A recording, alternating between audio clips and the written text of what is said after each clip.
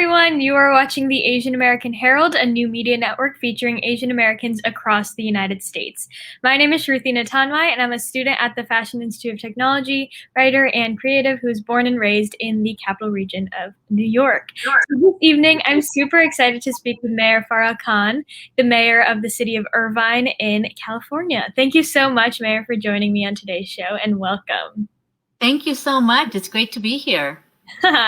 So I'd like to start by asking you to take a minute to introduce yourself a bit more to our viewers and tell us about your background. So where did you grow up? What are some of your interests? Sure. So I actually came to the U.S. when I was 3 with my mom. My dad had already been here. And for me, grew up in the San Francisco Bay Area, graduated from UC Davis, and just really worked my way up in the regulatory affairs field in biotech companies. So I was a regulatory affairs manager for many years before moving on and moving down to Southern California from Northern California, and then finding new routes and new ways of just opportunities that became available.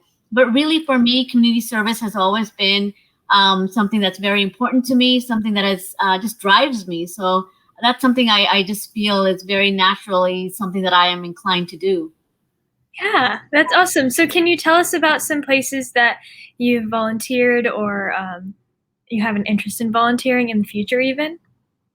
Gosh, just about anywhere. I've done everything from food drives to food distributions to cleanups, neighborhood events, things like that. So anything that really needs volunteering, it's always fun to go out and meet new people and then figure out ways to help the community. So it's always a pleasure being out there.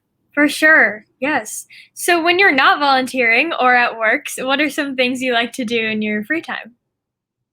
Boy, the boys and I love going out for hikes. So we've been exploring a lot of our trails. On a weekly basis, we do a post of the trail that we walk and share with others. Usually the intensity is a big thing because I'm not a big hiker, so I like those easy trails. But we let people know if it's an easy trail, medium trail, or if it's one of those hard trails, and whether pets are allowed or not allowed, just to get people more outdoors. Yeah, that's great. No, I'm totally with you on the hiking thing. It seems great in theory, but I think once it's hard. Those trails are pretty hard sometimes. Definitely. Good workout, though. It's definitely a good workout. It is. Yeah. Yeah. So as you mentioned briefly before, so you've held a variety of positions throughout your impressive career. So can you tell us a bit depth of that journey and when it was that you decided to run for mayor? Boy, I was elected on the city council in 2018, and it's a 4-year term. So definitely wasn't planning to run for mayor, but I think with a lot of the social injustice issues that our city was facing, along with all other cities and pretty much the nation at the time, and of course the pandemic, we just had a mayor that didn't get it. She didn't understand the community's needs. And so, when you have someone in a leadership role that's telling, UCI students to go find a job at Amazon because they're not able to pay their rent, or when, we have BLM protests telling residents that if they don't like the way she's running the city, they can find another city to live in. Those aren't the type of words you want to hear from your leader. You want someone that's going to be compassionate and understand the needs of the community and work towards resolving those issues. And so for me, that was just unacceptable in a leadership role. And when no one else was stepping up to run against her, I decided to do it. Yeah. Do you feel that the positions that you've held in the past, the jobs that you've worked, kind of helped you ultimately run for mayor? Absolutely, especially, coming from a regulatory affairs management position, you get to learn a lot about managing and economics. And at the same time, when I moved to Southern California, there was a hiring freeze with the biotechs because it was the start of the recession. And so at that time, I started volunteering even more with different nonprofits and ended up being hired as the executive director for a local nonprofit that worked in Interfaith. And so I got to work with a lot of various faith communities tackling issues like homelessness and human trafficking. And that's really where I got to meet a lot of community members and hear about their issues, which led me to showing up at city council meetings and speaking up during public comments and really sharing with the current council at that time, what the concerns were and seeing that they were just not responsive enough. Right. Yeah. That's great. And were you nervous at first to run for mayor? I was very nervous because, not only was the current mayor an incumbent, she was an incumbent of 26 years. Wow. And she's never lost her races. And so, we didn't know what to expect. We were figuring that it would be a very close race. We just kept thinking that, because of her background and her being in an elected position for so long, that of course it would probably be a very tight race. But election night, the results came in and it was quite drastic. Having 13,000 more votes than an incumbent was huge. And right. So it really showed that the community definitely wanted a change. Right. No, that's incredible. And so in that moment, what was it like mentally and emotionally knowing that you were running against someone who had held that position for such a long time? It was hard. It was hard because you're running against an incumbent. It was hard because it was during a pandemic. So normally you would have events and have people show up and you'd give speeches and get to know folks. This was mainly being on the phone, being on social media, very limited outdoor canvassing. And so it was nerve-wracking, and not only in that way, but in the way where she started attacking me, not only for who I was, but for my religion, for people I associated with. And it was a very nasty campaign. But at the same time, my team and I definitely made sure that we were going to stay on target. We were going to keep to our goal of keeping it a clean campaign and really talking about the issues that matter to our community. So I had a good number of people that were around me, which is very helpful in campaigns. Mm-hmm. And so it really got me through. And of course, the support of my family is always there. Right. Right. So as you touched upon very briefly there, so you were the first woman of color to be elected to the Irvine City Council in 2018. And as you mentioned, during that campaign, there were comments about religion and your background and directed towards you as a sort of weapon. But did you feel any pressure either from yourself or the community at large in regards to the way you went about your work because of those comments about your skin color and your religion and just your background? For me, it was more of a push to make sure that I was doing everything I could to win. Because, when you hear comments like that, that there's an entire community of people that look like me, young girls and boys that look like me, that are looking to see where they're going to end up being. And so if I didn't come to this position where I fought hard enough, I actually felt, like it was a big responsibility for me to make sure that I won so that, the next generation of folks could see that this was a possibility, that it didn't matter what you looked like or what your name was or what religion you practiced. What mattered was that, you were bringing something forward that people wanted to see in leadership. And right. So I think that was really important for me. I think that pressure came mainly from myself because I felt like I had a responsibility to give back. Mm-hmm. Do you feel did the internal pressure ever get overwhelming? Sometimes it does. I'll tell you, campaigning is hard to do. People think that, you just put your name out there and you get into the elections. It's really hard because there's such a dynamic. You're dealing with party politics. You're dealing with special interests. You're dealing with labor issues and different variety of communities with different needs. And at the same time, you've got people that are constantly attacking you, trying to chip away that positivity that you're carrying. And mm-hmm. So it is very difficult. And there are times when it's overwhelming to be in that spotlight. But at the same time, the focus has always been not me being in the seat, but me representing a community in that seat. And for that reason, you just keep going. Right. That's great. Yeah. And it's definitely a community that's incredible that you are the first woman of color to even be elected to the Irvine City Council. And, that's great that you are representing this community and giving a voice to a lot of people who or amplifying their voice too. Yeah, so that's Absolutely. great. Yes. So this question is a bit broad, in regards to like your entire career, not just even as mayor, but kind of what has been the biggest setback in your career thus far that you've had to overcome? Again, whether it be as mayor or in your previous positions. That's interesting. I don't know if I've experienced setbacks. I know there have been changes, and for me, it's always been a learning opportunity. Yeah. And so, moving from Northern California to Southern California, going from a very powerful management position to not having a job, just meant that, okay, and I had to redirect myself, and, got involved in nonprofits, got hired as an executive director there. And again, I think the more important thing is being fluid. So life is going to throw things at you that you have no control over, but it really depends on what you take from it. And for me, it's always been, where's the next opportunity for me? And so if it's not in the same field, that's fine. You kind of reinvent yourself and move forward. As long as you're progressing forward, it really doesn't matter what you're doing. You just have to be confident in what you're doing is a good thing, and at the same time, that is bringing good to the community. And so for me, shifting from, corporate to small business to nonprofit and now to politics, I never thought I would be in politics, but, life happens. And so you just go with the flow. Mm-hmm.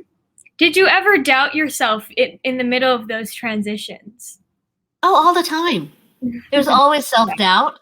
I don't think it would be normal to not have that self-doubt. Of course you're going to have that self-doubt, but at the same time, you have to know that, that you got to a place for a reason, that you are going to be a contributor to whatever job or whatever field you go into. And so you just have to have that drive to keep pushing forward.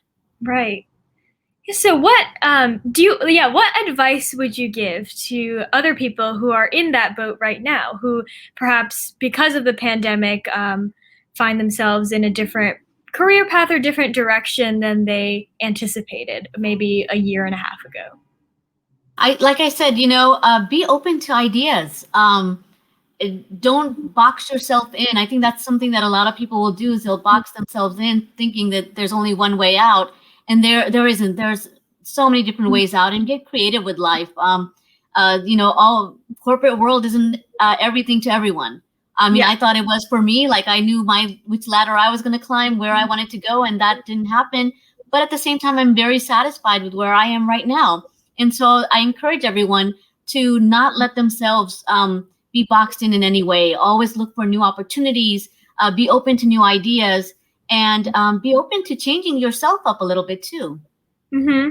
That's great advice. And I think the pandemic has also, being online, being remote, whether it be in regards to school or even volunteering, I think has, led a lot of businesses and people in general to become more creative with how they approach, as you said, life. So even, a lot of things that even a year and a half, 2 years ago, people believed couldn't be done online is being like virtual events for one. That something, none of us really anticipated would be a big thing or would be successful. But I think this time in general has really shown that people are getting creative, which is great to see. Absolutely. Absolutely. And I think, we got creative because we were forced into it, but it's a life lesson that you need to remain creative throughout your life, because again, there are options out there. You just need to know that they're there, and be open to taking it in.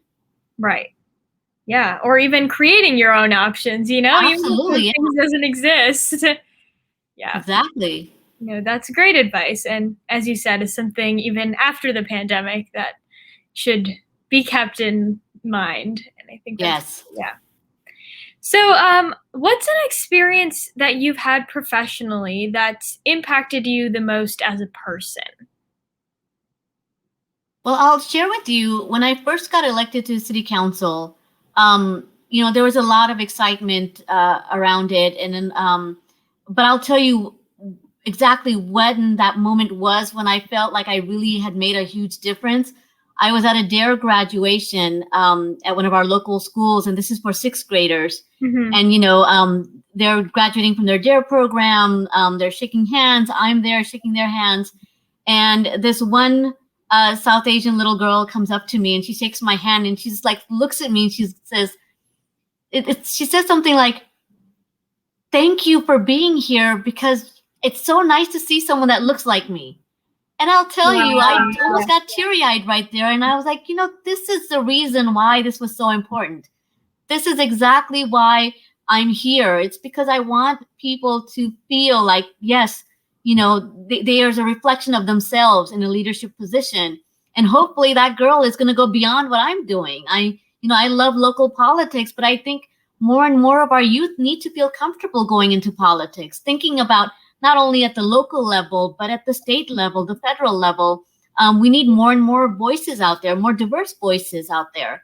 And so hopefully this just opens doors for people as an option for their career path.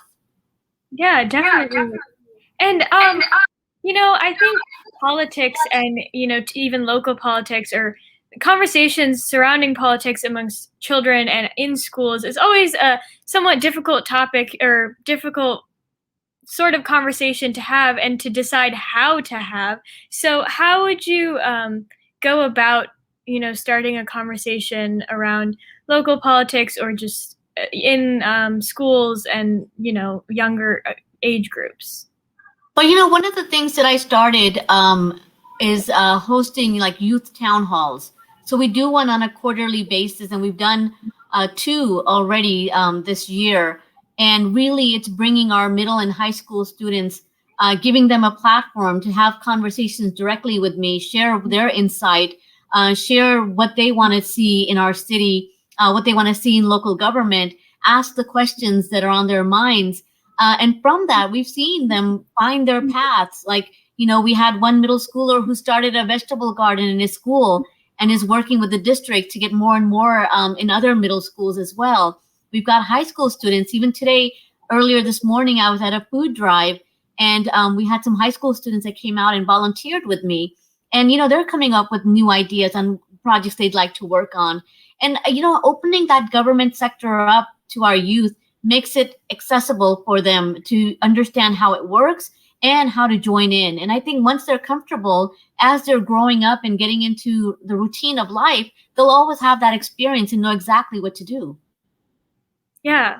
No, and I think that's great because, even when I was in elementary school and middle school and high school, there were conversations about the branches of government and things like that, but never conversations in regards to anything that could be, people could have different opinions on ultimately. And I think those, the lack of those conversations made politics, whether on the national scale or local scale, kind of foreign and kind of a tab. Like just something that wasn't supposed to be spoken about just because people could disagree or, it was just not talked about. And I think once I got to college, because those conversations were never, discussed or had when I was younger, it became that much more foreign in a sense. So I think that's great that you're starting those conversations and like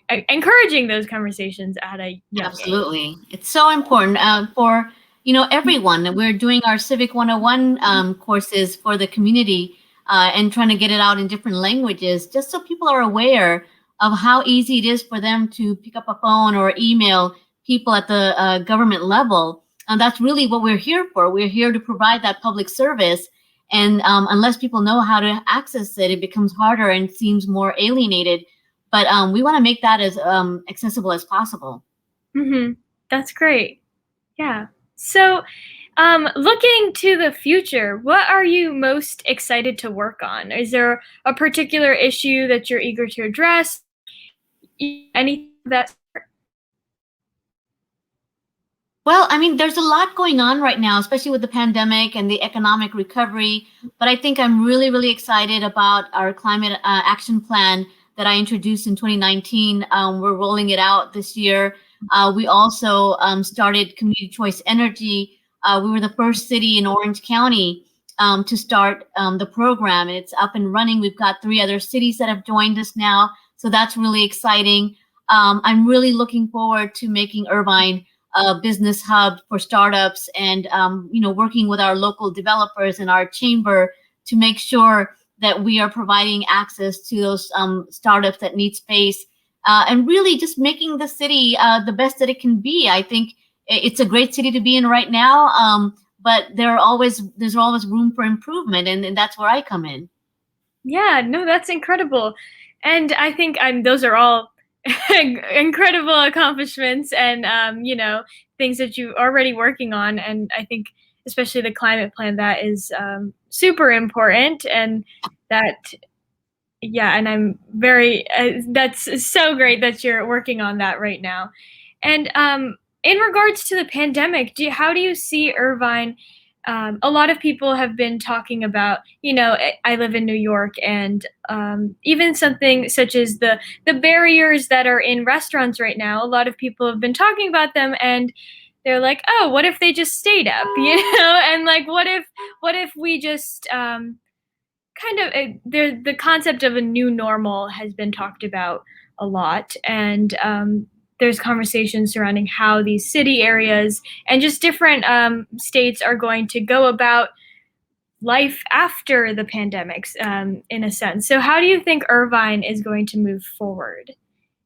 It's interesting. We've been one of throughout Orange County, we're one of the cities that has really done an exceptional job in keeping our numbers low, and our deaths low, really because of the regulations that we have. One of the first things that I did when I became mayor was to start up a COVID-19 task force and a business reopening task force. And the COVID-19 task force really brought in our local hospital leaders, and our Orange County Healthcare Agency, to make sure that we were on the right path when it was time for us to make decisions. And at the same time, the business reopening brought together the entire business community. So we were all on the same page, making sure that we were implementing the same regulations and sending out the same message. Now, right now in California, the governor's talking about opening up, fully opening up by June 15th, based on the amount of people that get vaccinated and our hospitalization staying low. And I think our job is going to be important in letting people know that even though, one, you're vaccinated, even though the economy is opening back up, it's very, very important for you to remain vigilant when it comes to protecting yourselves, like wearing the mask, trying to avoid as many non-mask gatherings as possible, because we're hearing every day about different variants of this virus coming that is not protected by the vaccine. And we're seeing in Europe and other places that are going through their second shutdowns, and we don't want to be in that position. So I think at the local level, our job is going to be focused on really kind of re-educating people and making sure that they understand that as the economy opens up, we still need them to follow the guidelines if we're to remain open. Otherwise, I would hate for us to see another shutdown as well. Right. So would you say the reopening of Irvine, like in a local level, is kind of a collaborative effort between, people in leadership positions such as yourself and the community? A lot of it comes from the county, because our healthcare agency is at the county level. We don't have a specific healthcare agency within our cities. So the 34 cities in Orange County rely on the Orange County Healthcare Agency. So we get a lot of our regulations from them, and they're getting it from the state. And so it's really a kind of like a top-down sort of deal, like, okay, here's what's coming down, and how are we going to implement it at the local level? And so making sure that we're doing everything we can to protect our community is going to be key. That's great. Yeah, well, thank you so much for speaking with me today. This is incredible, and it's so great to hear about all that you're working on and going to work on, and I think it's really inspiring to hear about it as well. So thank you so much for joining me today. Absolutely, this was wonderful. Yeah, and thank you everyone else for joining us this evening on the Asian American Herald. I am Shruti Natanma, and our wonderful guest for today was Mayor Farrah Khan. And please send us your story ideas and look for the recording of this show on our Facebook page. Have a good evening, and thank you again.